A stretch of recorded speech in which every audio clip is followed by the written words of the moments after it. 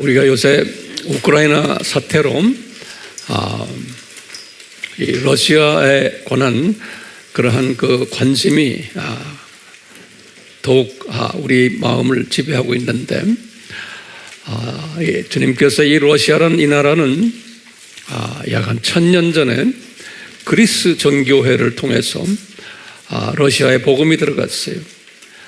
그래서 러시아 정교회가 만들어졌는데, 지금 우크라이나의 수도인 키예브가 첫 러시아 복음이 떨어진 땅이에요. 그 러시아의 그 복음이 우크라이나의 그 키예브 거기에 떨어져서 거기에서 모스크바로 이제 올라간 그것이 러시아 정교회의 역사인데요. 그 후 한 1000년 동안 하나님이 이 러시아를 특별히 사용하셔서 이 마지막 때에 추수하는 일에 이 러시아 사람들을 하나님이 쓰시기로 아마 디자인하셨어요. 성경에 보면은 곡 또는 마곡 하는 그러한 이야기 나오잖아요. 그게 러시아거든요. 이 러시아를 통해서 하나님이 하시고자 하는 일이 많은데, 이 러시아는 공산주의를 아주 열심히 만들어서 열심히 실행해오고 그것을 많은 나라에 뿌렸던 아주 적그리스도 세력의 중심되는 나라로서 이 러시아를 하나님께서 사용하시고, 이렇게 하면서 이 일로 인해서 우리도 영향을 받아서 남북이 갈라지고 하는 모든 일들이 이 러시아를 통해서 하나님께서 역사하셨어요. 이제 앞으로도 이제 백보자 심판 전까지 이 곡과 마곡 전쟁을 통해서 세계를 복음화하는 일에 러시아라는 이 나라를 사용하고 있음을 우리가 성경에서 알고 있어요. 이런 가운데 이제 러시아라는 나라가 70년 공산 세력에 의해서 교회를 다 부서뜨리고 이 나라를 통해서 이 동국권과 지금 아시아의 몇몇 나라들까지도 기독교를 핍박하고 복음에 아주 원수되는 나라로 하나님이 그렇게 사용하고 계셨어요. 그런 가운데 소위 이제 러시아가 이제 개방되면서 지금부터 한 30년 전에 그 개방됐을 때 그 첫 발을 디딘 민족이 미국과 카나다에 있는 우리 한국 족속들이 미국 시민권, 카나다 시민권을 가지고 들어갔어요. 그 당시에 우리 한국 여권 가지고는 들어가질 못했어요. 그래서 그 나라에 그 우리 미국, 카나다의 교포들을 통해서 복음이 떨어져 가지고 엄청난 역사들이 일어났어요. 그 중에 이제 대표적으로 이제 LA의 은혜교회라고 있는데, 우리 김광진 목사님 대단한 분이신데, 이분이 며칠 전에 주님 나라에 가셨어요. 87세로. 이분이 뿌려놓은 러시아 선교는 말도 못해요. 그래서 이분의 그 후손들을, 영적 후손들을 우리가 과거에 한 10년 이상 섬겨왔어요. 러시아에. 그전에도 저는 한 30년 전부터, 개방 후부터 러시아를 다니면서 러시아 민족을 복음화하는데 이분들이 그 가슴이 뜨거워요. 왜냐하면 그 70년의 그 아픔이 있고 기독교의 역사가 있기 때문에 그 복음에 대한 그 갈급하는 게 있어요. 그래서 이 나라를 주님께서 이제 앞으로도 이제 많이 쓰시겠지만, 이런 가운데 1937년에 고려인들을 만들어 가지고 이 스탈린이 우리 고려인들을 괴롭히고, 그 고려인들이 이쪽 동부 쪽에 있다가 저 모스크바까지 다 가서 퍼지게 한 다음에 고려인들을 통해서 우리 미주 교포들과 하나가 돼가지고 러시아 복음화를 하게 된 거예요. 그러니까 주님의 그 뜻은 알 길이 없어요. 그런 가운데 이 고려인들도 우리에게도 많이 주셨는데, 그 중에 이제 대표적으로 이제 좀 있으면 사진을 보시겠지만 우리 스베타 선교사님, 누군지 아시죠? 우리 스베타 선교사님도 모스크바에서 다 대학 나오고 아주 똑똑한 주님의 귀한 딸인데 벌써 이제 환갑이 넘었죠. 이 딸을 주님이 저희들에게 주셔가지고 우리 아미의 동역자로 만들고 헌신해서 우리의 모든 문서들을 이제 러시아어로 번역하고 이런 일들을 한 10년 가까이 지금 하고 있는데 지금도 우리 5층에서 나오지도 않고 열심히 지금 번역 일을 하고 있어요. 그런 가운데 우리 김정희 선교사님이라고 우리 알죠? 러시아 지역의 선교사협회 회장도 하시고 아주 똑똑한 통합측 선교사님인데 러시아 전문가세요. 이분이 또 전 세계에 나가 있는 여자 선교사들 그 그룹이 있는데 거기에 회장님이세요. 그래서 아주 선교계에서는 많이 알려진 이런 분인데 이분과 이 남편 폴 선교사님이라고 그러는데 이분들이 우리와 깊은 관계가 돼가지고 이분들을 통해서 기억나시죠? 우리 도고에서 선교사님들 약간 100명 여자 선교사님 모시고 우리 아미에서 한번 같이 했죠.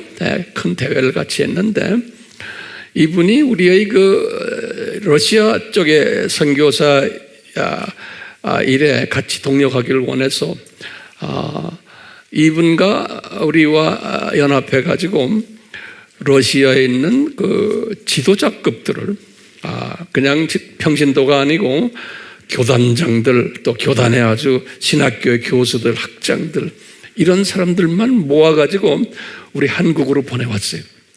약 한 20명을. 그래서 우리가 그분들을 섬긴 거 기억나시죠? 예. 우리가 참 큰 은혜를 받아서 이 러시아의 그 최고 지도자들을 모시고서 하루 이틀도 아니고 2주를 이 아미센터로 모셔서 우리가 집중적으로 그분들을 섬겼어요. 2주씩 2번 하고 3주 1번 하고. 예. 그 바쁜 분들, 높은 분들, 이분들을 이곳에 모셔가지고 오늘은 이분들 우리가 모셔서 어떻게 섬겼나에 대한 사진 몇 장을 보여드리고 싶어요. 보고 싶죠? 우리 한번 봅시다. 여기가 이제 우리 복도요 앞에예요. 여기서 이 대표들이 사진 현관에서 찍은 거, 우리 현관 여기 있어요. 보시면 좀 있으면 더 구체적으로 얼굴이 보이지만 이 중에 여기 보면은 여기 가운데 이분이 이제 우리 김정희 선교사님이고, 이분이 그 다음에 그 남편 되시는 폴 선교사님 옆에 계시고요. 그 다음에 그 하얀 옷 입은 그 시험 달린 이분은 메시아닉 유대인이에요. 우리 메시아닉 유대인이 세 분이 집중적으로 와서 공부를 했는 저분은 이 모스크바 지역에 Jews for Jesus라고 아주 유명한 메시아닉 선교기관이 있거든요. 거기에 디렉터예요. 그래서 아주 이런 아주 지도자급들을 저희들이 모시고 이 일을 할 때 여기 보면 우리 이 장로님이 현재 책임지고서 이 일을 잘 담당해 오셨어요. 자, 다른 사진 좀 봅시다. 여기 지금 우리 이 건물에 4층에 올라가면 우리 신학교가 있는데요. 그 4층 강의실이에요. 우리가 거기에서 했어요. 제가 이렇게 한국말로 하면은 우리 스베타 목사님이 러시아 말로 하면은 그러면 이제 그 옆에 있는 이분도 아주 모스크바 지역에서 유명한 목사님이세요. 저 목사님이 아주 똑똑해요. 칠판에다가 러시아 말로 써줘요. 그렇기 때문에 이 선교는 이래요. 제가 말하면 한국말로 하면 그 다음에 스베타 목사님이 아주 토종이죠. 거기서 태어난 분이니까 토종 러시아 말로 하면은 토종 러시아 사람이 칠판에다 적는 거예요. 저렇게 지금 저 그림도 이렇게 보면 우리에게 많이 비슷한 도표들도 보이고 그러죠. 여러분들이 다 아는 내용들이. 그 다음 거 보세요. 똑같은 장면이에요. 열심히들 앉아서 지금 공부하는 장면. 거기 스베타 선교사님 보이죠? 아주 헌신된 주님의 여종이. 그 다음에 여기 또 보시면 우리가 이제 예배를 드리는 장면인데 여기 보시면 다들 덩치들 크죠?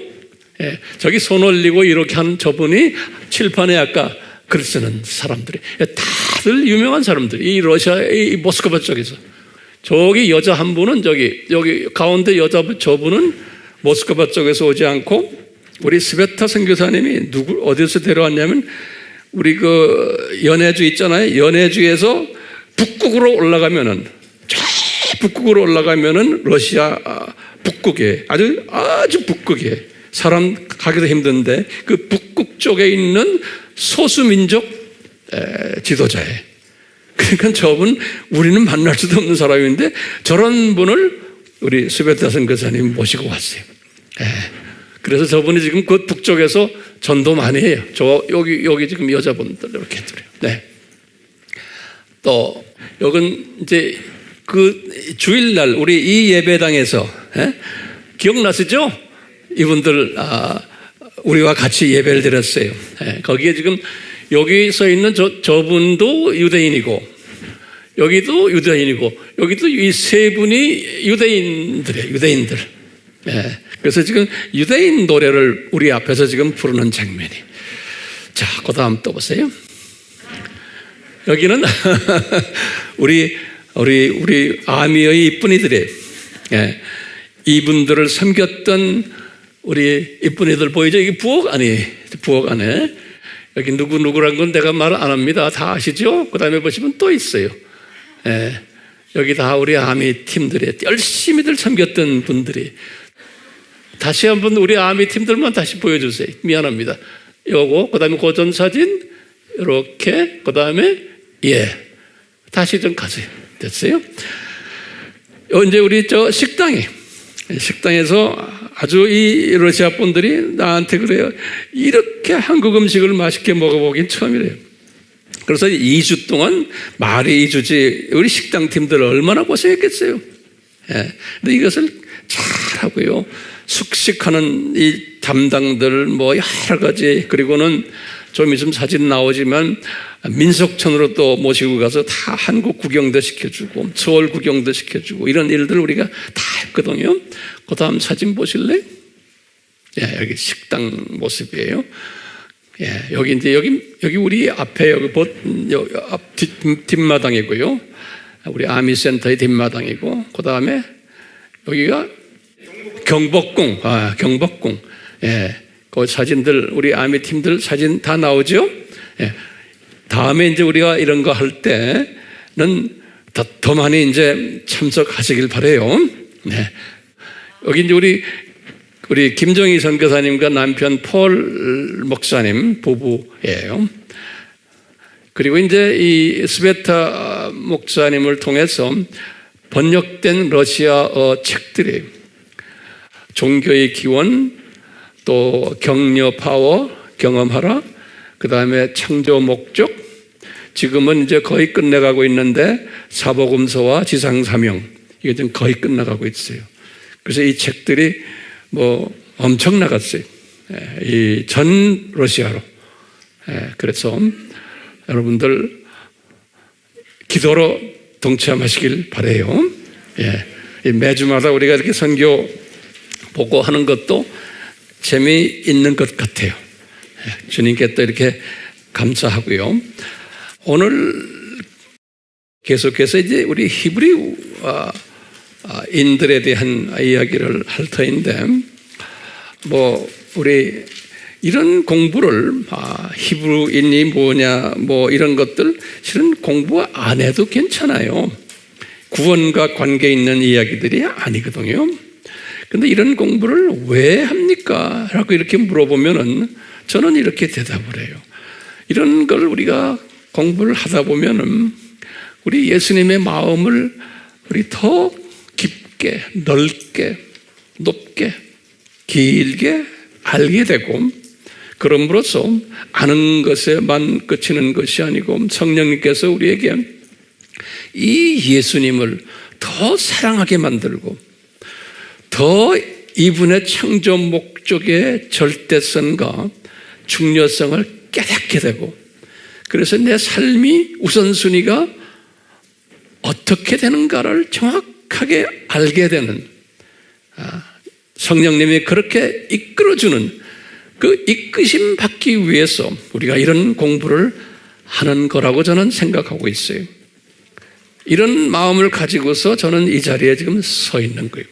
그냥 정보 제공해주는 이런 수준이 아니에요. 근데 정보를 제공을 해드려야 돼요. 정보에 의해서 지식이 생기고 명철이 생기고 지혜가 생기거든요. 그러니까 복 있는 자는 이 모든 것을 이제 받은 다음에 그 다음에 어떤 사람으로 내가 되어야 되는가 그러면서 이 시대를 분별하는 분별력도 가지게 되고 지혜도 가지게 되고 그러면서 능력을 받아가지고 이 시대가 어떤 시대라는 것을 외치는 자 이런 자까지 되는데 목적을 두고 우리가 지금 이 공부를 하고 있다라고 저는 생각하는 거예요. 그래서 지식과 명철과 지혜는 절대로 필요한 거예요. 특히 영적으로 성숙한 자는 그런 의미에서 우리가 계속 공부를 하고 있는데요. 우리가 지난 시간에도 히브리 사람에 대해서 왜 히브리인이라고 부르는가 여기에 대한 질문을 던지고는 거기에 대해서 우리가 대답했어요. 그리고는 제가 어저께 그 칼럼에다가 또 자세하게 또 거기에 문서화 시켰어요. 여기 제가 칼럼에다 쓰는 이유 중에 하나는 칼럼에다 쓰면 여러분들에게도 도움이 되지만 이 칼럼을 딱 써놓으면 이 칼럼을요 즉시로 이것이 영어로 번역이 돼요. 그리고 러시아 말로 번역이 되고 일본어로 번역이 되고 중국어로 즉시로 다 번역이 돼가지고 이것이 그냥 그 번역된 나라로 퍼져버려요. 그러면서 특히 우리 세계에 흩어져 있는 우리 아미 팀들이 기다리고 있어요. 그러면 그분들이 그걸 받아다가 자기네 언어로 또 바꿔요. 바꾸고는 그걸 가지고 단에 서서 가르치고 강의하고 이렇게 해요. 그러니까 이 목적이 상당히 다양하고 깊어요. 우리는 선교하는 팀들이기 때문에 이렇게 디자인을 하고는 제가 정성 들여서 글을 써요. 그 짧은 글인데요. 제가 지금 10시간 보통 걸려서 그 작품 하나 만들어내요. 그러니까 얼마나 정성 들였는지 아세요? 네. 그 어떤 분들은 한번 딱 읽고 말아버리는 분이 있어요. 그런 사람들은 복 없는 사람들. 이것을 또 읽고 또 읽고 또 읽고 이것을 그리고 또 가르치시고 왜냐하면 그 안에 중요한 내용들이 들어있는 거예요. 동의하세요? 그래서 내가 오늘 아침에 그 칼럼에 댓글 들어온 사람들 걸 내가 쭉 한번 읽어봤어요. 보니까 그 중에 댓글들 보면은 그냥 뭐 고맙습니다. 뭐 아멘 아멘 이 수준인 사람들도 있지만 아멘 가지고 됩니까? 예? 제발 그런 식으로 댓글 달지 마세요. 달려면은 제대로 다세요. 성령님이 인도하시는 거예요. 왜냐하면 내 댓글을 통해서 많은 사람들이 은혜를 받고 깨달음을 받아요. 그러니까 메신저들의 여러분들이 그냥 아멘 아멘 이게 뭡니까? 네. 정성을 들이세요. 제가 10시간을 정성 들인데 그냥 아멘 하루로 끝내버려요? 나는 보면은 아닌 거예요. 근데 어떤 사람은 거기 보니까 누군지 모르지만 그랬어요. 요 말씀 하나만 가지고도 제가 내 신학이 정돈이 되면서 이걸만 가지고도 난 충분합니다 하는 사람이 있더라고. 예. 저는 그런 목적으로 쓰고 있거든요. 앞으로도 계속 그렇게 쓸 거예요. 그러니까 이것을 최대한으로 내 것을 만들려면 또 읽고 또 읽고 또 읽고 하셔야 돼요. 예. 제가 그걸 다 써놓고요. 어젯밤에도 다 보내놓고도 제가 한 2번을 또 읽었어요. 혹시나 또 내가 어디에 좀 잘못 쓴 거 있네. 오늘 아침에도 일어나가지고 또 읽었어요. 읽고는 왜냐하면 읽으면 내가 써놓고도 내가 그 말씀 속에서 내가 또 은혜를 받아요. 왜냐하면 내가 쓴 게 아니거든요. 성령님이 저를 통해서 쓰게 하셨기 때문에 내가 쓴 걸 보고 내가 또 정돈되고 은혜를 받아요. 내가 쓴 게 아니에요. 그러니까 가볍게 여기질 마시길 바라요. 아멘? 예. 오늘 계속해서 히브리인에 대한 이야기를 조금 더 깊이 들어가려고 그래요. 히브리인에 대한 거요. 우리 지난 시간에도 봤지만요, 아브라함의 자녀들 하면은요, 우리 항상 리뷰를 간단하게 해야 돼요. 아브라함의 자녀들은 성서에는 이 7가지만 있는 게 아니라 아직도 많아요. 많지만 대표적으로 영어로 제가 써놨어요. Hebrews, Israelis 그래요. 제가 이제 Israelis, accent Israelis 또는 Israelite 이렇게 한번 발음해 보실래? Israelis 또는 Israelite 그래요. 이거 이렇게 써요. 이제 영어권 사람들은 또 Jews. 이거 우리가 여수론이라고 그랬죠? 제가 이거 몇 주 전에 이야기할 때 다 발음을 제가 딴 발음을 한 것 같아요. 어떤 사람이 그걸 가지고 나한테 막 덤벼들었어요. 그래서 그런 사람이 필요해요. 예. 제가 여수론이에요. 예? 그 다음에 God's chosen people. 이거라면 무슨 소리인지 알죠? 하나님의 선택받은 사람들. 또는 The daughters of Zion 그래요. 시온이 아니고요. 시온의 딸들아 이렇게 말해요. Zion 그래요. 또는 God's chosen holy people이에요. holy people이란 말은 거룩한 하나님의 선택받은 거룩한 사람들 이런 소리거든요. holy란 거는 separated 구별된 사람들 이런 말이에요. 그러니까 이 사람들이 다 우리 신약의 기독교인들이에요. 그렇죠? 그러니까 우리도 holy people들이란 말은 we are separated people. 이 세상 사람들과 구별된 하나님의 백성들이다라는 의미예요. separate, holy란 말이죠. 자, 이렇게 해서 히브리인 우리가 공부했어요. 히브리라는 의미가 뭐냐? 그래서 칼럼에도 제가 썼지만 또 한 번 보는 거예요. 여러분들 가르칠 때도 똑같이 하셔야 돼요. ever, 이건 히브리 말이에요. 또는 헬라 말로는 에브라이오스 단수로 지금 내가 써놨어요. 그 다음에 라틴 말로는 헤브라에우스 그래요. 뜻은 건너기 또는 건넌 자. 그래서 제가 여기다 정리를 했어요.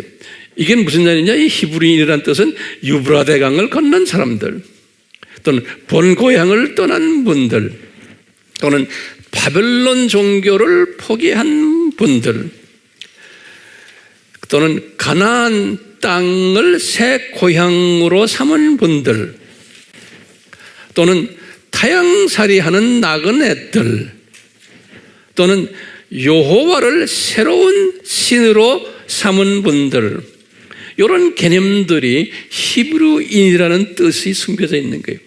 그러니까 이 말은 뭐냐면 항상 우리가 이제 다음 주에 내가 이제 설교하겠지만 기독교인들이 이런 분들이다라는 것을 이 예수님께서 유대인들을 통해서 요 예표로 보여준 거예요. 유대인들을 통해 예표로. 그래서 이제 신약의 기독교인들이 실은 이런 분들이다라는 것을 예표로 보여주신 거예요. 이스라엘 사람들을 창조 목적 학교의 조교팀으로 삼으셔서 이분들이 역사 무대에서 현장에서 뛰게 함으로써 나와 여러분들이 하나님의 자녀들은 어떤 분들이구나라는 것을 보여주기 위해서 이 사람들의 이런 모습으로 우리에게 가르쳐 주시는 거예요. 예표로. 예. 그냥 우리가 그냥 지식으로만 이분들의 역사가 이렇구나, 히브리인이 이런 거구나 이 수준에서만 머물지 말고 이것을 왜 하나님이 이것을 이렇게 그 사람들을 통해서 보여주셨나? 신약의 기독교인들이 이름이 이렇구나 라는 것을 깨닫게 하기 위해서. 그래서 우리가 구약 공부를 하는 거예요. 예. 자, 그래서 제가 이것도 히브리인이라는 건 신약교인의 예표다 그랬어요. 그래서 이것을 내가 요것을 다시 좀 정론 다시 했어요. 우리 다 공부했어요. 그렇지만 또 하는 게 좋아요, 안 좋아요? 좋죠. 나도 좋아요. 힘들지만, 저 보세요. 신약 교회에서의 크리스찬들은 히브리인인데 이것은 이분들의 역사 속에서 우리에게 이것을 가리키는 거예요. 아하, 우리는 창조 목적 학교의 학생이구나. 우리는 나그네들이구나. 이 세상의 외국인이구나. 순례자구나.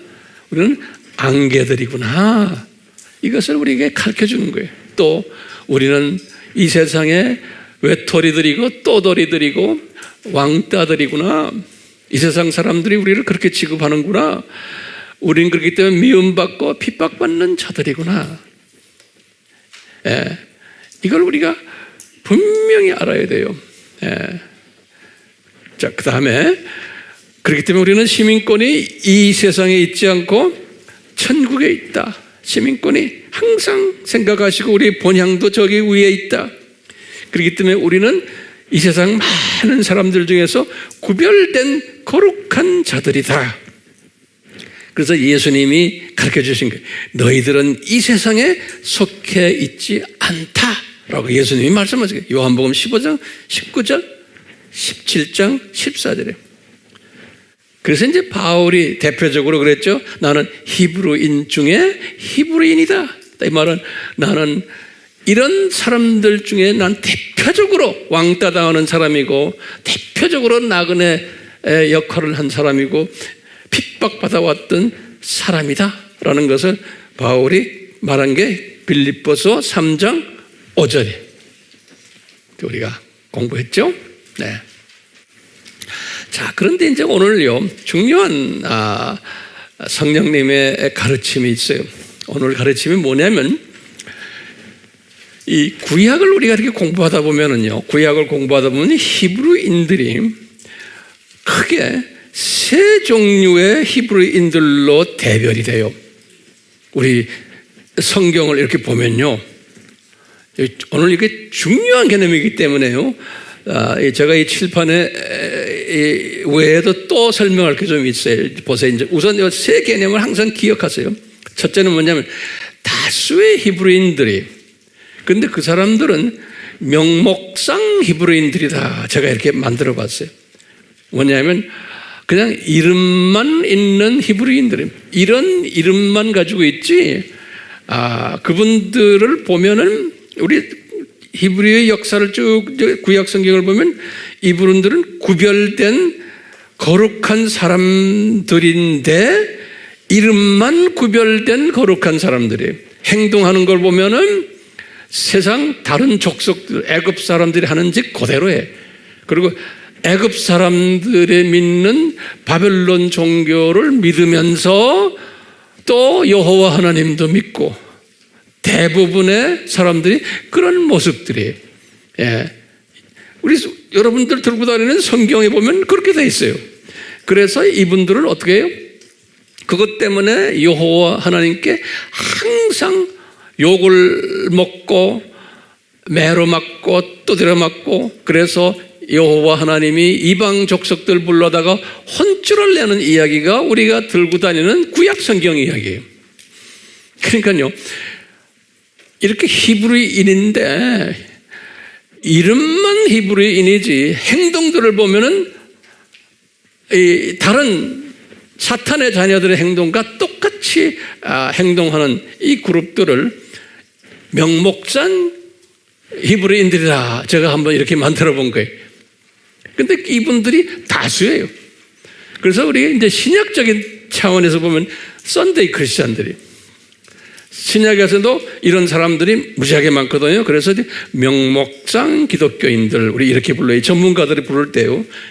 그리고는 베이비 크리스찬들 또는 썬데이, 주일날 한 번만 교회 다니는 사람들이, 그것을 이 전문가들이 썬데이 크리스찬들 그래요. 베이비, 인펀트 크리스찬, 베이비, 인펀트란 말 알죠? 유아.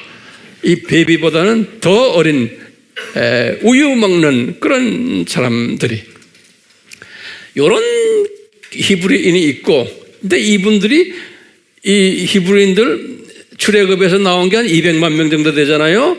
200만 명 중에 대다수가 이 그룹이에요. 대다수가, 이 말은 구원받은 하나님의 자녀들이 신약 시대에서 대다수가 이 그룹이라고 생각하시면 되는 거예요. 대다수가. 오케이? 그리고는요, 그 안에 소수의 또 사람들이 어떤 사람들이냐면 멸망받는 히브리인들이 있어요. 다시 말하면 애굽에서 나와가지고 하나님의 자녀로 구원받았는데 광야 생활을 하면서 이 애굽의 이 신인 아피스 신이라고 그랬죠. 우리 아피스 신. 여기 그게 우리 골든 커브 그죠? 황금 황소. 여기 아피스 신이라고 그래요. 이거 애굽 사람들의 신 이름이에요. 이게 다 바벨론 종교의 신들이에요. 바벨론 종교의 구원받아서 광야 생활을 하면서도 이 애굽에서 구원해 주신, 애굽에서 나오게 해 주신 그 구원자 여호와를 믿는 게 아니고 그분 대신에 아피스 신을 황소라고 그러죠. 이것을 더 열심히 믿는 그룹들이 있었어요. 모세가 시내산 위에 올라가서 있을 때. 그래서 그분들 중에 여호와께서 모세에게 그런 거예요. 너희들 내가 생명책에서 지워버리겠다고 놈들 그랬어요. 그래서 영어로는 이렇게 해서 I will blot out 이렇게 써놨어요. 블롯이라는 말은 블롯 아웃이라는 말은 이거 사전 들여다보면 적혀 있는 것을 지우개로 지운다는 의미예요. 지우개로 지운다는 이름이 생명책에 기록되어 있었는데 요 창조 목적에 아주 위배하는데도 아주 지독하게 위배하는 그 사람들은 구원받은 하나님의 자녀들인데 그 구원을 어떻게 하겠다는 거예요? 지워버리겠다는 거예요. 그러니까 그것을 바울이 뭐라고 하냐? 멸망이라는 이야기, 멸망당했다. 그게 고린도전서 10장에 보면 바울이 이야기를 해요. 고린도전서 10장에 바울이 이 우상 섬기다가 멸망당한 하나님의 자녀들이 있어요. 그래서 요 소수인데 200만 명 중에서 나온 사람 중에서 광야에서 3,000명이 죽임당했어요.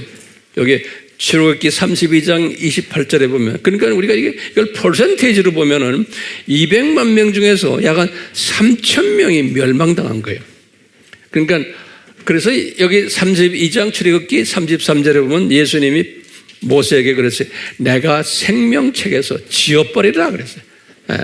그러니까 같은 히브리인인데 구원받았는데 대부분의 히브리인들은 뭐 하냐면 명목상 히브리인들이, 이 말은 뭐냐면 구원해 주신 여호와도 섬기고 또 예전에 살았던 바벨론 종교의 모든 우상들도 섬기고, 그런데 이게 그냥 혼합돼서 사는 사람들, 이게 명목상 그리스도인들인데 그거보다 더 심한 것이 뭐냐? 여기 멸망당하는 사람들인 게, 이렇게 우리가 성경을 들여다보면 히브리인들이 이 두 종류가 있어요. 그런데 세 번째 종류가 있는 게 뭐냐면 여기 소수의 남은 자 그룹들이 있어요. 그래서 남은 자, 이 남은 자 그룹들은 철저하게 이 창조 목적을 잘 지키며 순종하고 그 여호와 하나님을 경외하는 자들이에요. 근데 요런 분들이 있는데 여기 소수예요. 예. 그래서 요런 분들이 뭐냐면 이사야서 1장 9절에 뭐라고 했냐면 이사야에게 그랬어요. 요 사람들 때문에, 요 소수 때문에 이 다수가 생명을 유지한다 그랬어요.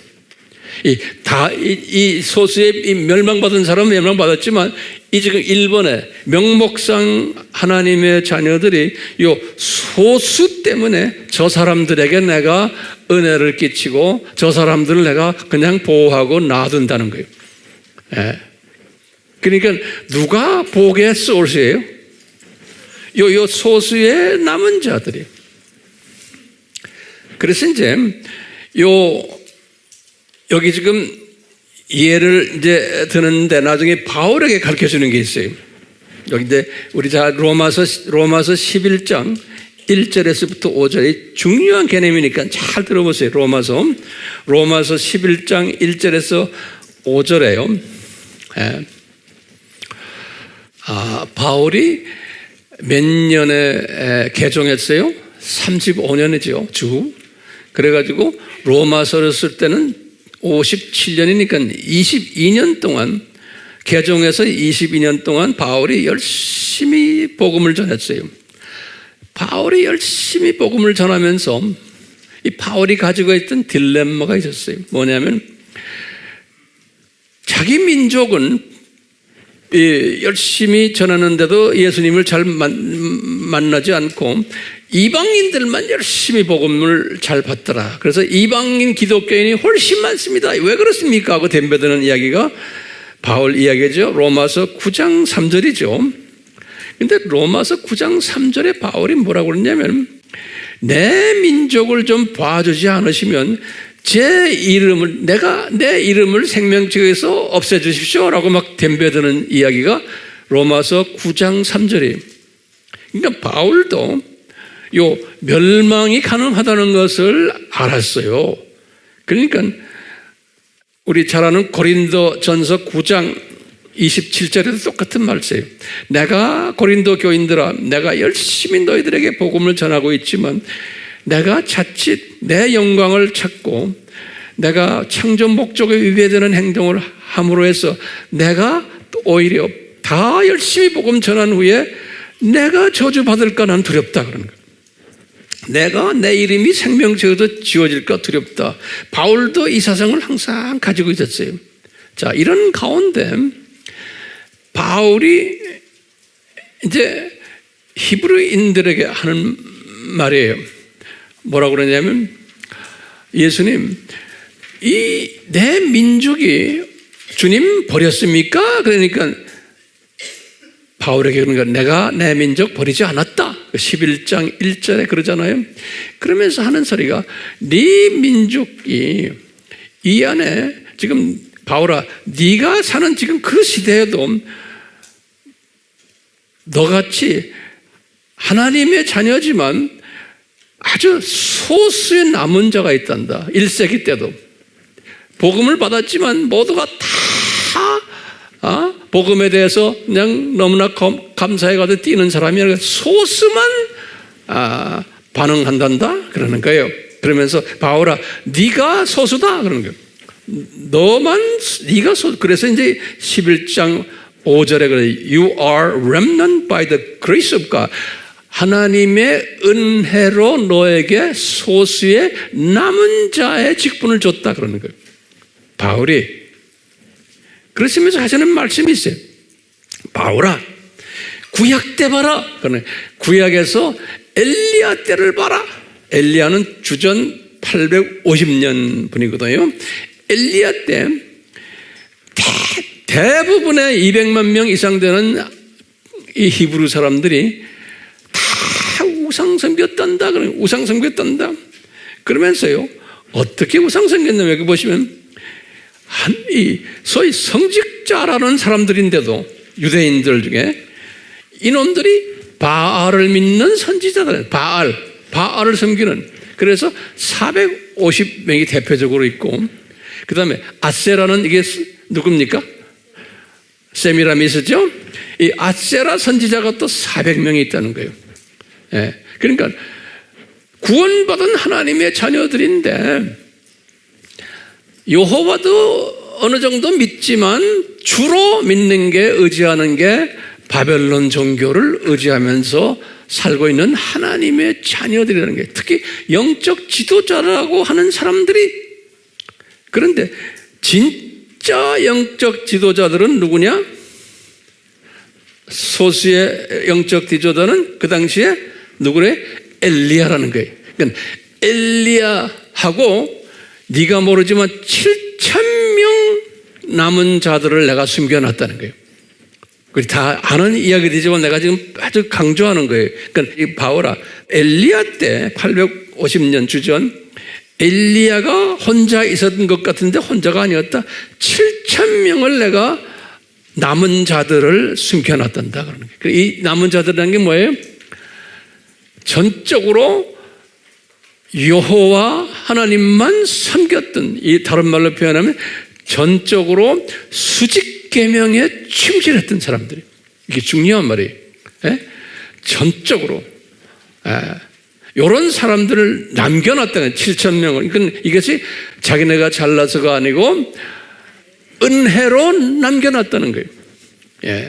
그러면서 바울에게 하시는 말씀이, 네 당시에도 1세기 때도 똑같이 너하고 네 주변에 이런 사람들을 내가 남겨놨단다. 너 홀로가 아니다 라는 것을 말해주는 거예요. 다시 말하면 요 바알 선지자나 아세라 선지자들은 여기에서는 지금 어느 그룹에 속할까요? 명목상 기독교인 그룹들, 명목상 그룹들이에요. 저주는 아직 안 받았어요. 그러니까 신약에 와서 이렇게 보시면, 우리가 이제 다음 시간에 자세히 보겠지만요, 신약 시대에도 뭐 신학자들도 많고 목사들도 많고 신부들도 많고 소위 선지자라 그러고 또는 성직자라 하는 사람들, 이 패턴에 따르면 이 안에 대부분이 어떤 사람들이라는 게요? 양신을 섬기는 명목상이라는 거예요. 대부분이에요. 왜냐하면 왜 그런가요? 잘 보세요. 하나님의 백성 대부분이 그런 사람들이에요. 제 말 잘 보세요. 그렇기 때문에 그 사람들 대부분이 명목상이기 때문에 그분들을 다스리는, 그분들에게 영향 주고 그분들을 인도하는 분도 명목상이 돼야 되는 거예요. 랭귀지가 언어가 같아야 되는 거예요. 사고방식이 같아야 되고 세계관이 같아야 되고. 오늘날 교회가 많고 목사가 많고 신학교가 많고 뭐 많지만 대부분의 지도자들은 그 수준이 돼야만 되는 거예요. 왜요? 왜 그래요? 교인들이 대부분이 다 그 수준이기 때문에 그런 거예요. 그게 기독교 역사에서 2000년 기독교 신약 역사에서 우리가 본 것이고요. 지금도 마찬가지지만 그 전에 구약의 하나님의 자녀들 역사에서도 이 모습 그대로 보여준 거예요. 그렇기 때문에요, 여러분들 유튜브나 이렇게 들어가서 보세요. 여러분들이 어느 정도 이제 이런 모든 성서적인 것을 다 이제 분별력을 가지면은, 어떤 유명 목사님인데 설교를 하는데 몇만 명이 막 접속에 들어와.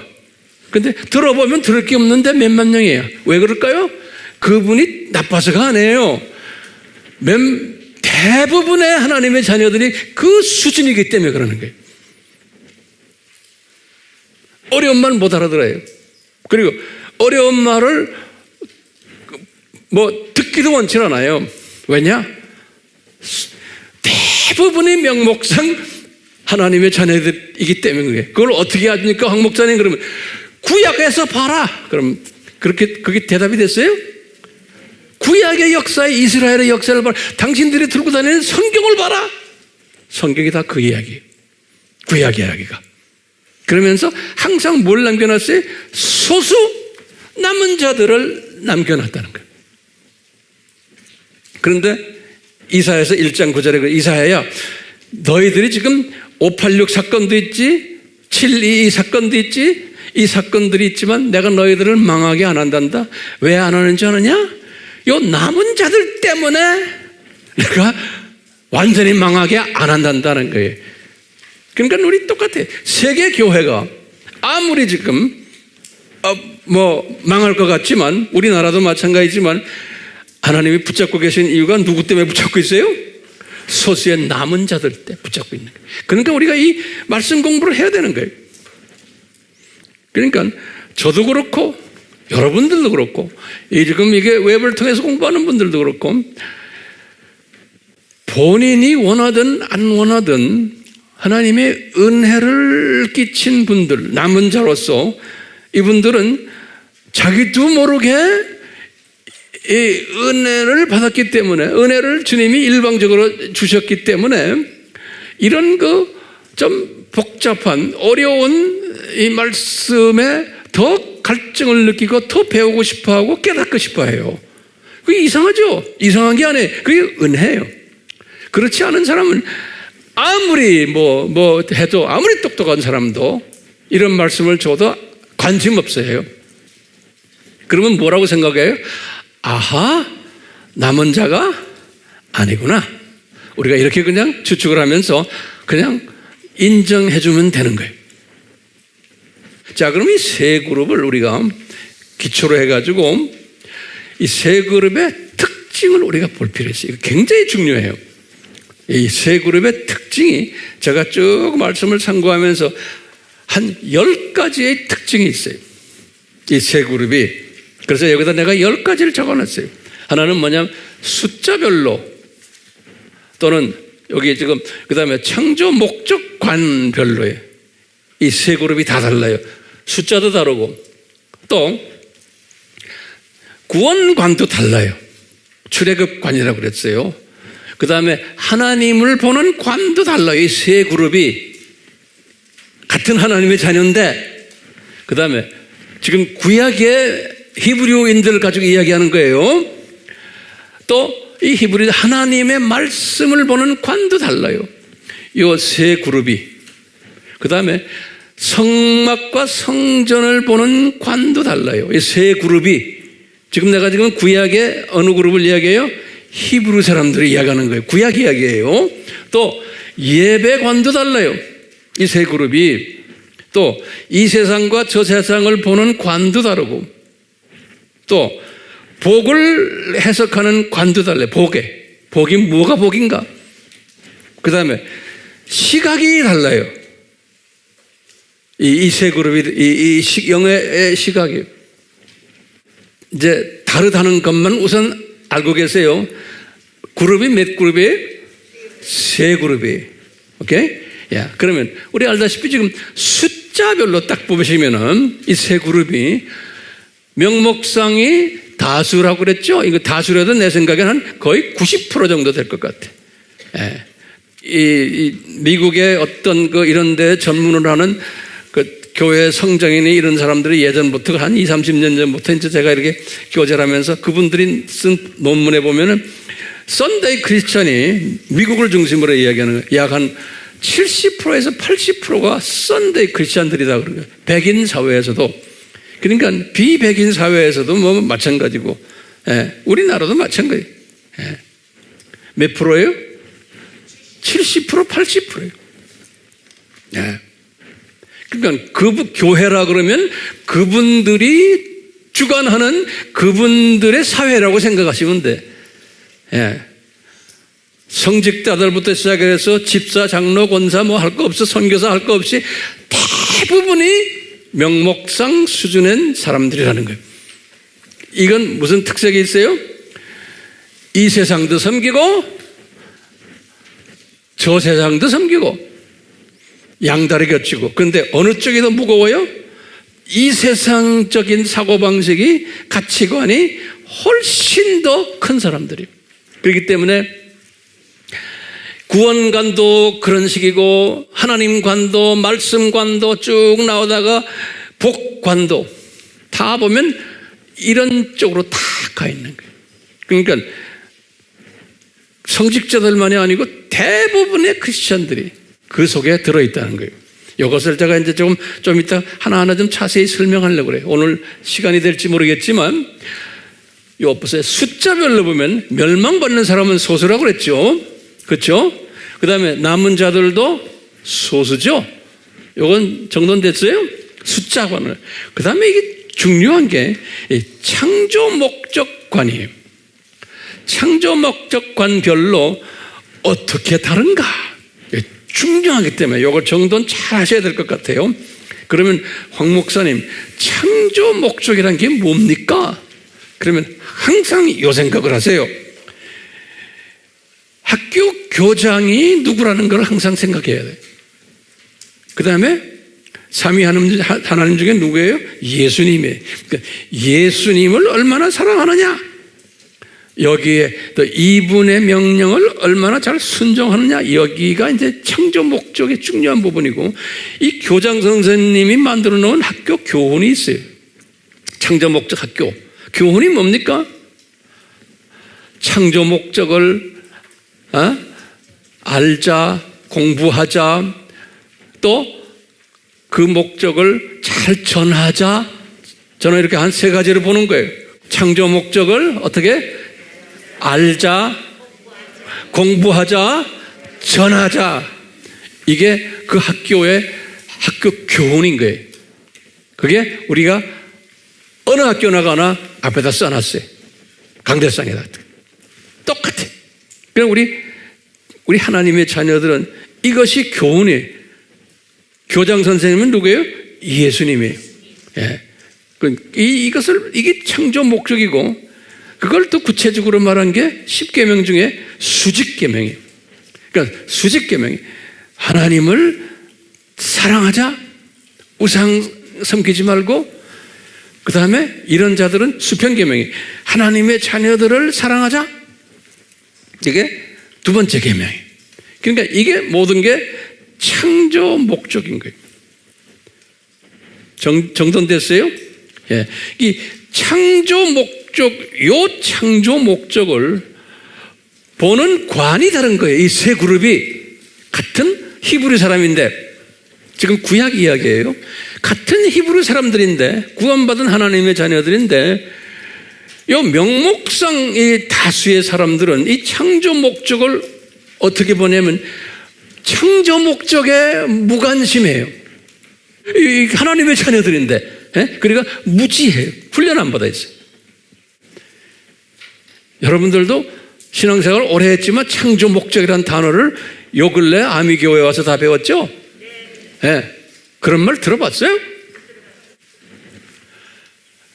그걸 딱 보면 어떻게 하느냐? 사사기를 딱 보여주는 거예요. 사사기가 주전 1375년에서 1050년까지가 사사기예요. 사사기에서 보여주는 거예요. 하나님의 자녀들이 이 창조 목적을 여호수아가 있을 때까지는 어느 정도 했는데, 여호수아 죽은 후에 그 장로들도 다 죽은 후에 그 후손들은 창조 목적을 배우지라는 거예요. 예. 그래서 이분들이 우상을 섬기는 이야기가 사사기 이야기. 그러다가 고생을 하고 하다가 사사를 불러가지고 일방적으로 사사를 통해서 또 도와주고, 그러다 또 창조 목적을 잊어버리고 사사가 죽은 후에 또 콩밥을 먹는 이야기. 그러다 또 사사를 불러다가 잠깐 해주고, 이 이야기. 창조 목적대로 하나님의 자녀들이 살지 않다가 콩밥을 먹는 이야기. 그러다가 또 잠깐 도와줬다가 또 창조 목적 잊어버리게 해서 교육이 안 되네. 이 학교 교훈을 잊어버리는 거예요. 학교 교훈을. 그 다음에 교장 선생님이 누군가를 모르도록 그렇게 만들어 놓은 거예요. 이 사사기 이야기가 그 이야기. 여기부터 이 사사기요. 예? 약간 400년 가까이, 300년, 400년 가까이. 그러니까 보면 요 사사기 역사를 봐도 우리에게 대부분의 하나님의 자녀들은 무슨 자녀들이라는 게 명목상, 하나님의 히브리인들이라는 게 명목상이라는 게. 근데 명목상이라는 사람들은 어떤 특색이 있어요? 창조 목적 학교의 교장과 교훈에 무관심한 사람들이고, 그 다음에 훈련이 안 된 사람들. 나중에 이제 우리가 신약 공부하면서 이제 더 자세히 볼 것 같아요. 그러면서 또 엘리야 때를 딱 봐도 우리 아까 봤지만 주전 850년이에요. 열왕기상 18장 19절에 보면 이 구원받은 하나님의 자녀들이 성직자라는 사람들이 바알 선지자들이 바알도 믿으면서 희미하게 여호와도 인정하지만 주로 관심이 뭐냐? 바알에 갖는 거예요. 우리가 목사지만 신부지만 뭐 성직자지만 또 뭐 신학자지만 예수님께 초점이 가 있지 않고 잡다한 이 세상 학문에 초점이 가 있는 거예요. 예.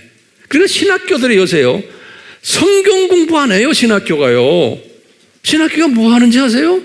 아무개 학자가 뭐라고 그랬다, 아무개가 뭐라고 그랬다, 그래서 그거 떼서 맞춰가지고 논문 쓰면 박사가 되는 거예요. 예. 예수님이 뭐라 그랬다가 아니에요. 오늘날 신학교 다 그 모양이에요. 대학원도 똑같아. 신학대학원도. 그렇기 때문에 신학교 나오는면요 몰라요, 성경을 목사들이, 전도사들이, 선교사들이. 그럼 황 목사님 어떻게 하세요? 내가 그 출신인데 몰라요? 예? 그것도 1, 2년도 아니고 40년을 내가 그걸 내 눈으로 보고 살았는데요. 예. 엘리야 때의 모습을 보여주시는 거예요. 그럴 때마다 아주 소수의 남은 자들 7,000명을 남겨놨다 그랬죠? 어때요? 여기 그 말이. 예? 그래서 이제 열왕기상 18장 19절에 보면 그런 말이 나오는 거예요. 똑같이 이제 솔로몬 때를 똑같이 솔로몬. 예. 솔로몬은 우리가 주전 얼마에 솔로몬이? 여기다 적어놨죠? 970에서 903세기 주전. 솔로몬 때 다윗을 통해 가지고, 왜 성전을 짓는 솔로몬이에요? 다윗을 통해 가지고 예수님이 직접 말씀하세요. 뭐라고 말씀하시냐면 제일 먼저 예수님이 다윗을 통해 가지고 말하는 거예요. 요때 솔로몬이 나 지혜 주십시오 하는 이야기 알잖아요. 그럴 때 초창기예요. 그럴 때 지혜 주실 때 꿈으로 솔로몬에게 보여줬어요. 여기 보면 열왕기상 3장 14절에서 15절에 뭐냐면 너 솔로몬아, 너 절대로 바알 신이나 아세라 신 이거 섬기지 말아라. 이 말은 다시 말하면 너 이제 성전은 앞으로 지을 때인데 너 지혜도 가지고 이제 뭐 굉장히 유명 인사가 될 텐데 너 창조 목적에 위배하지 말아라. 그런 말이랑 똑같아. 그런데 유명한 하나님의 종 아닙니까? 그런데 한쪽 귀로 듣고 한쪽 귀로 흘러버렸어요. 그러다가 성전 건축을 할 때 직접 예수님이 말씀하셨어요. 예. 열왕기상 6장 12절에서 13절에 뭐냐면 너 창조 목적 제대로 지켜라. 창조 목적 학교의 교장 선생님을 제대로 섬겨라. 예? 너 이거 지어놓고 이제 그렇게 해야 된다? 그런데 알겠습니다. 그래 놓군요. 이 예수님께서 이미 다 아시고 이야기하는 거죠. 그렇게 안 할 걸 왜? 이 성전이라는 이 교회 건물이라는 거 크게 지을수록요 생각이 딴 데 가게 돼 있는 거예요. 예. 종교 생활을 한다고 하지만 생각이 딴 데 가게 돼 있는 거예요. 예. 그래서 직접 말씀하시고 그 다음에 성전 건축을 해놓고 이분은 막 성전 건축을 하건 솔로몬이 나와서 설교도 하고 하나님 제가 사랑하겠습니다. 뭐 우리가 잘 섬기겠다 별난 얘기 다 했지만 꿈으로 딱 말씀해 주시는 거예요. 솔로몬아, 너 이 교훈 잘 지켜라. 교장 선생님 잘 섬겨라. 수직계명 잘해라. 이거 하는데 3번이나 지금 했는데도요 솔로몬이 순종했어요, 안 했어요? 불순종한 거예요. 불순종도 엄청나게 불순종했죠. 예? 여자 700명, 300명, 1000명의 이방 여자들과 결혼해가지고 예? 성전에서 온갖 이방신 섬기면서 또 기독교 신도 섬기고 양면 작전을 한 거예요. 이 모습이 뭡니까? 신약 때 신학자들이 목사들이 이런 짓 할 것을 다 보여준 거예요. 신약 때. 그리고는 그 지도자가 그러니까 백성들도 대부분이 이런 사람일 것을. 예. 특히 건물을 딱 지어놓고는 그러니까요. 신약 때도 이 백인 사회 보세요. 다들 건물을 기가 막히게 지어놓고는 지금은 관광 명소가 됐죠. 똑같아요. 그런 걸 보면서도요. 우리나라만이 아니에요. 제3세계 가도요. 요새 뭐 유명 목사가 되면요. 건물을 엄청나게 크게 지어요. 모두. 아무리 가난한 나라도요. 2,000명, 3,000명, 10,000명씩 모이는 건물들. 우리나라가 그중에 대표적이죠. 네? 그게 좋은 줄 아세요? 왜? 이 명목상 히브리인에 속해 있는 목사들, 전도사들, 권사들, 장로들이 건물을 지어야 됩니다. 그래 우리 교회가 더 유명해지고 교인들 더 많이 모입니다. 그렇기 때문에 그렇게 하게끔 돼 있는 게 그걸 황 목사님 어떻게 하세요? 그러면 여기에서 다 보여줬잖아요. 여기에서 구약에서 다 보여준 거예요. 구약에서요. 그러니까 대부분의 사람들은 당연히 그래야 되는 걸 알아요. 교인이 좀 많아지면 건물 멋있게 지어야 되는 거. 그래서 이 남북이 갈라졌잖아요. 그렇죠? 우리 다 아는 이야기 안에 솔로몬을 통해서 남북이 갈라지게 한 것도 하나님의 디자인인 거예요. 남북이 갈라져가지고요. 북이스라엘이 왕이 몇 명이었어요? 20명. 그 중에 예호 11대만 빼놓고 다 왕들이 그런 짓 했죠? 그렇죠? 창조 목적 위배했죠? 우리가 성경이 다 그 이야기예요. 남유대도요, 몇몇 사람 빼놓고는 다 왕들이 그런 짓 했어요. 그걸 왜 보여줍니까, 우리한테? 왜 보여주세요? 하나님의 그 자녀들인데, 거룩한 자녀들인데, 왜 보여줘요? 신약 때 교회들이 이렇게 될 것을 미리 예표로 보여주시는 거예요. 신약 때 과거 2000년 기독교 역사를 보면 그대로예요. 그대로. 우리나라는 고작해야 지금 기독교 역사 100년밖에 안 돼요. 100년 됐는데 우리가 지금 그걸 따라오고 있는 거예요. 그게 성공한 줄 알고. 자, 이렇기 때문에요. 요 특징 중에 지금 창조 목적을 지금 보는 거예요. 창조 목적을 보는 시각이 명목상 기독교인들이 이런 시각으로 보는 거예요. 다시 말하면 명목상 기독교인들이 창조 목적을 어떻게 보면 경시하거나 또는 무시하거나 그러면서 이 창조 목적을 섬긴다고 하면서도 딴짓한다는 거예요. 대부분의 하나님의 자녀들이. 정돈 됐어요? 그러면은 지금 두 번째 사람들이 누구게? 멸망받는 히브리인들이죠? 이 사람들은 어떻게 해요? 왜 멸망받았어요? 하나님의 자녀들인데 창조 목적을 위배했기 때문에 그래. 이 사람들은 창조 목적을 심하게 위배한 사람들이에요. 그러니까 하나님은 우리가 섬기는 예수님이나 우리가 섬기는 성부 하나님이나 성령 하나님은 자존심이 있으신 분이에요. 그래서 십계명을 주시면서 그래서 나는 질투하는 하나님이다. 그래서 이 질투한다는 단어를 이 창조 목적에 강하게 위배할 때 질투심이 나온다는 말은 이분이 자존심이 깨진다는 소리예요.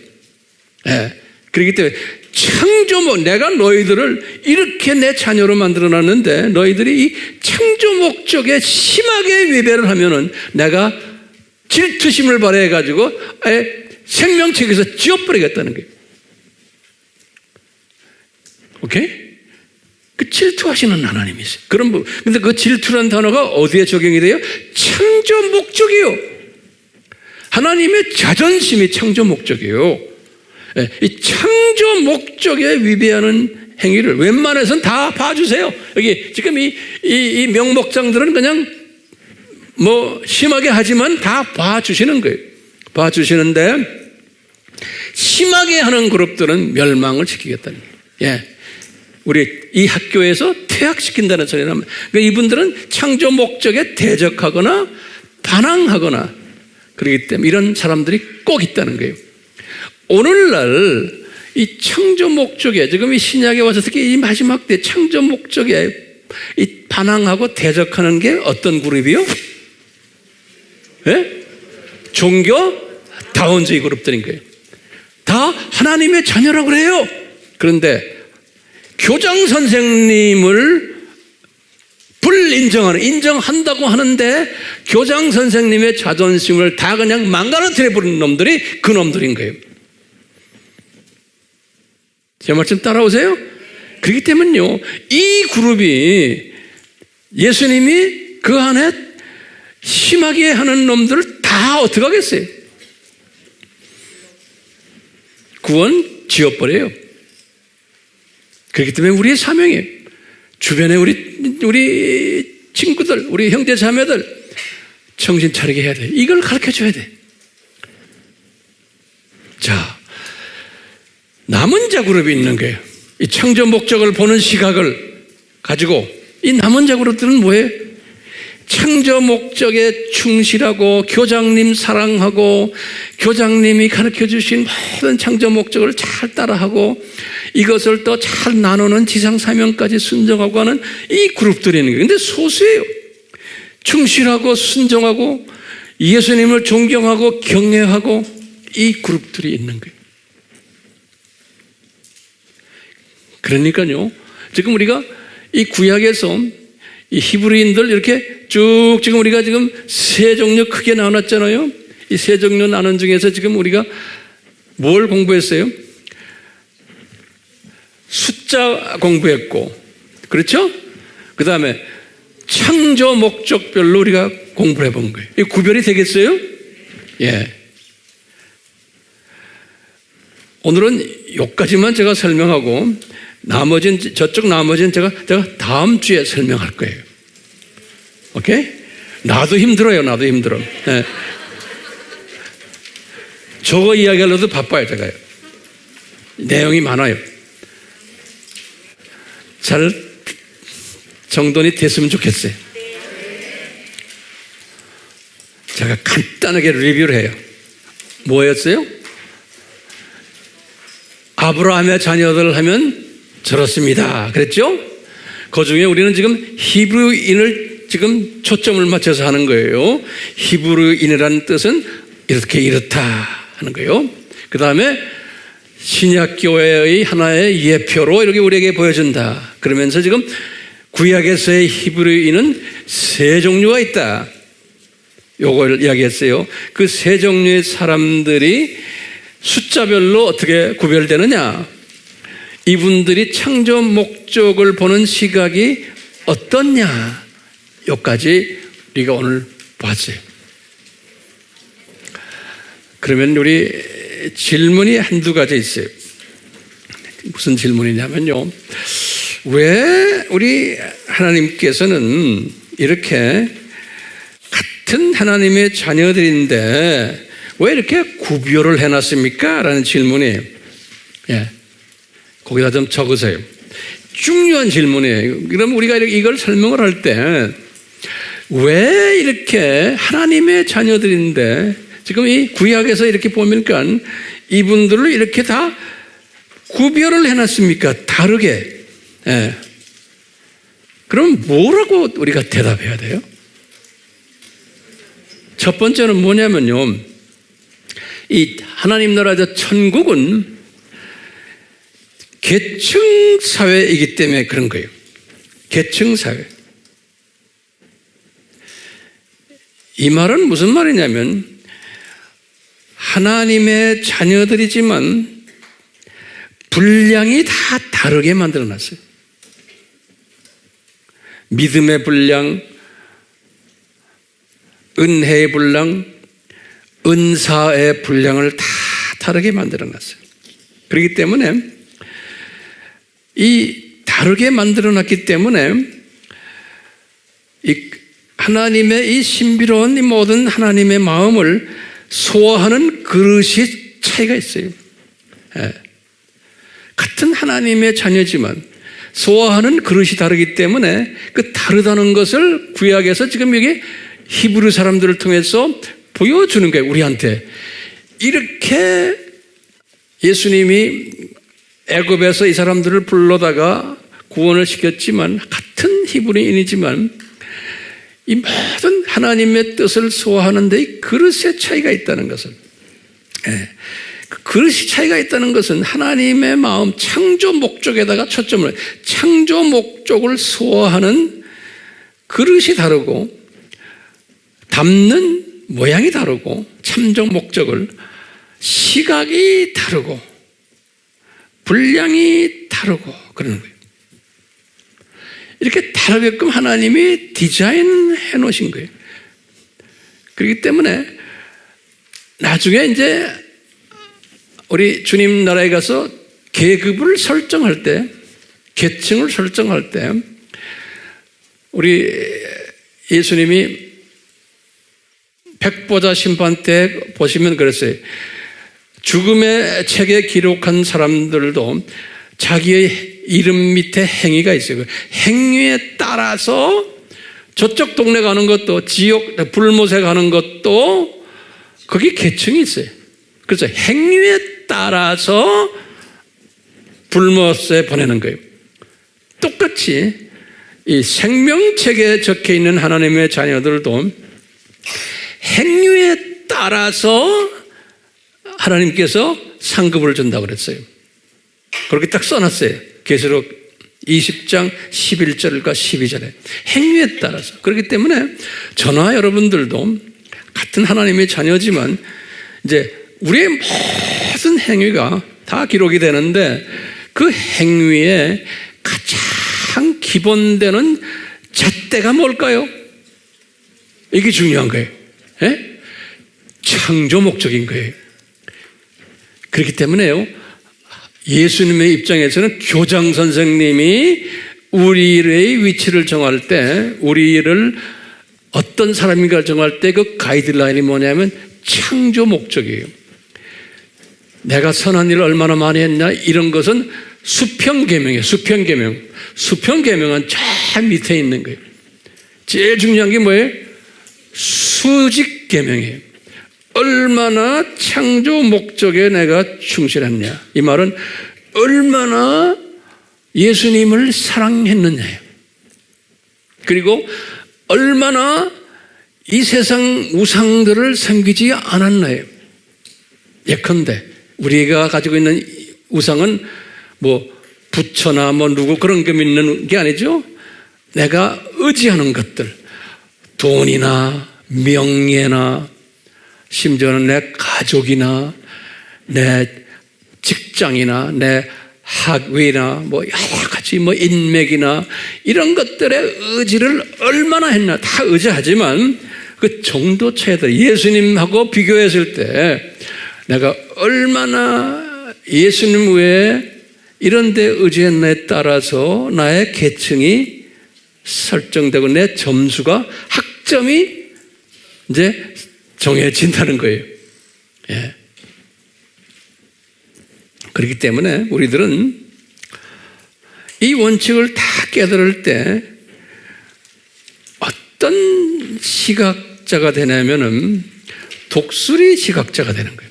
이 원칙을 깨달을 때 이 독수리 시각자는 큰 하나님의 그림을 보지만 그 와이드 앵글로 넓이도 보지만 또 깊은 아메바까지 다 보는 게 독수리 시각이에요.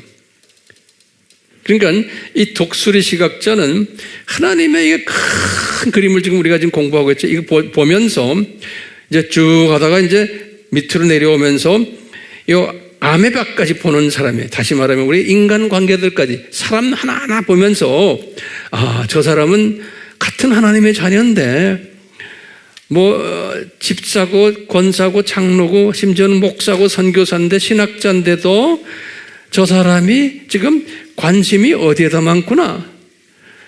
자기 욕심이 많고 자기 꿈이 있고 자기가 인정받기를 원하고 이러면 이제 스스로 저는 그래요. 그 사람을 내가 점수를 매기는 거예요. 저 사람은 지금 내가 참새 시각으로 이렇게 내려와서 봐도 이 사람은 참새 그룹이구나. 그 사람은 무슨 그룹이었대? 병아리 그룹이구나. 이것을 보는 이 시각을 연습하기 위해서 우리가 지금 이 공부를 하는 거예요. 예. 그러면 내가 그걸 보고는 정죄하기 위해서 보는 게 아니에요.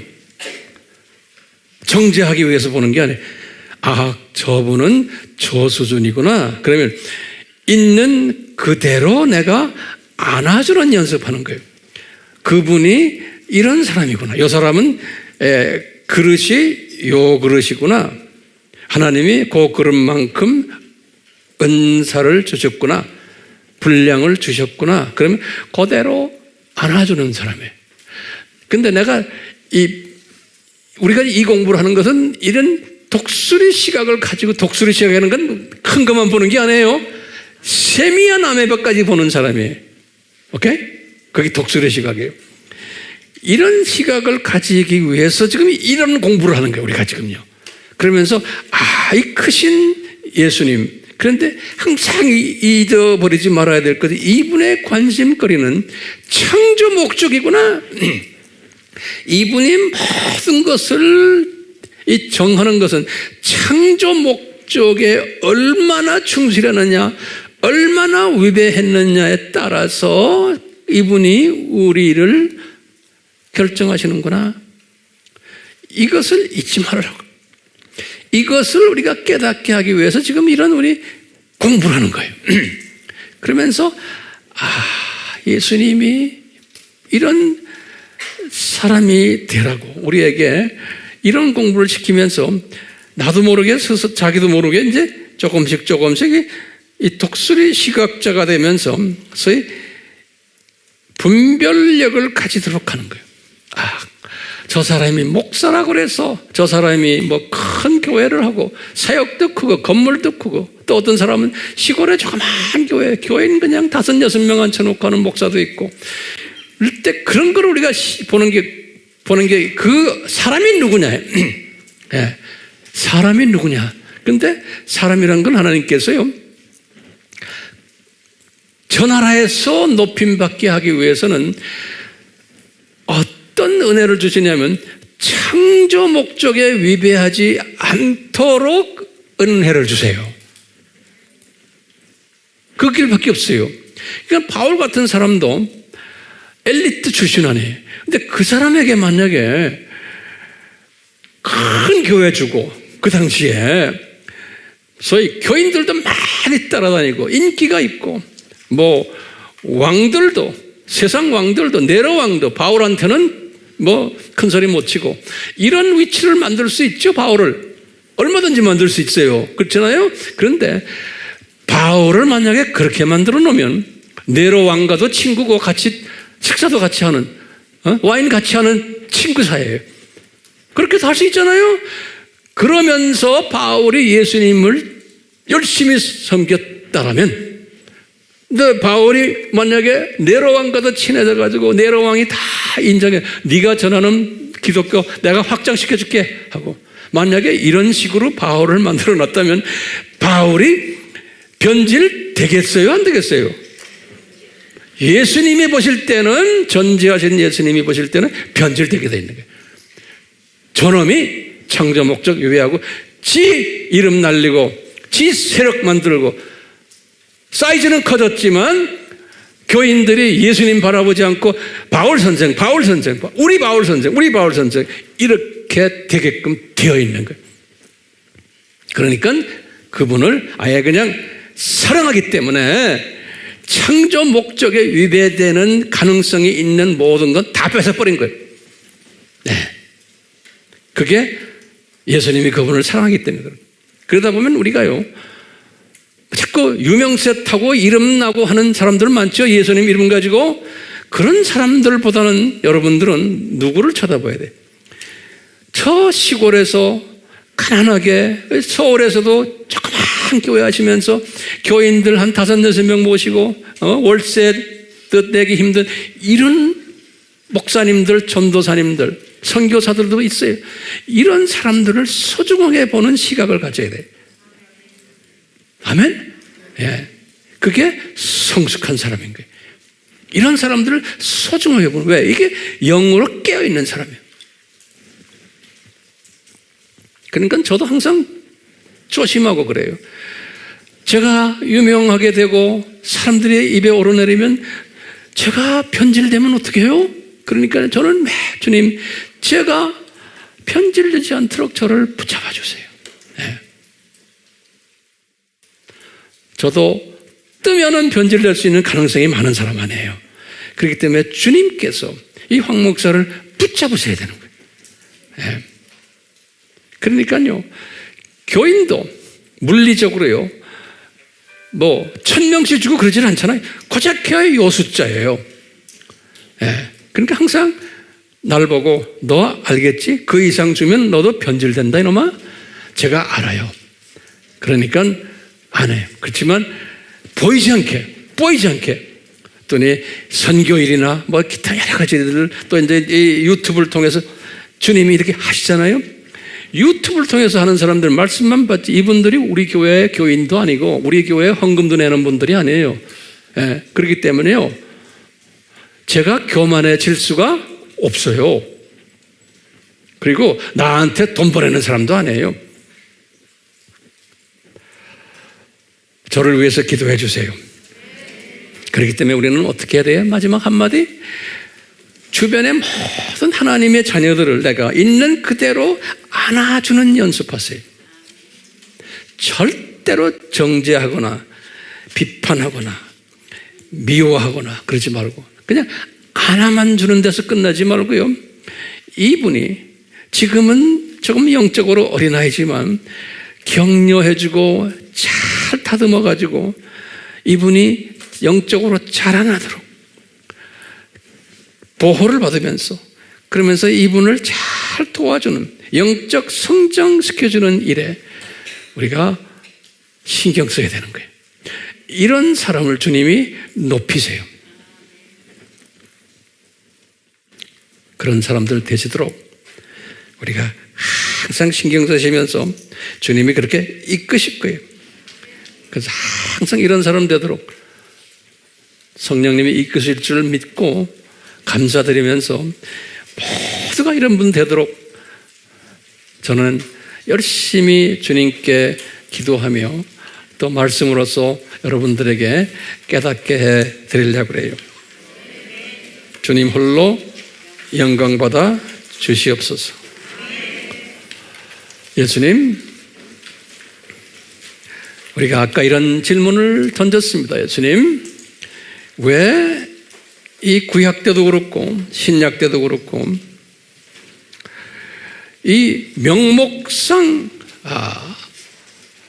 지도자들이 다수를 이루고 왜 이런 분들에게 많이 사람들이 모이게 합니까? 그러면 우리 대답이 예수님, 명목상 기독교인들의 숫자가 그렇게 많기 때문에 그렇습니다. 그리고 그분들의 사고방식과 명목상 지도자들의 사고방식이 코드가 맞기 때문에 그렇습니다. 그러니까 같은 종류끼리 코드가 맞기 때문에 그렇습니다. 그것을 우리가 깨닫게 해주시고 그대로 인정해주고 사랑해주고 왜냐? 그런 사람이 많아야 되기 때문에 그렇습니다. 이게 주님께서 그렇게 많게끔 만들어 놓으셨기 때문에 내가 만약에 그렇지 않다고 그러면 그분들을 위해서 기도하며 그분들을 위해서 절대로 비평하거나 그러지 말고요. 그런 지혜자들이 되도록 성령님 도와주시옵소서. 예수님의 이름으로 기도드리옵나이다. 아멘.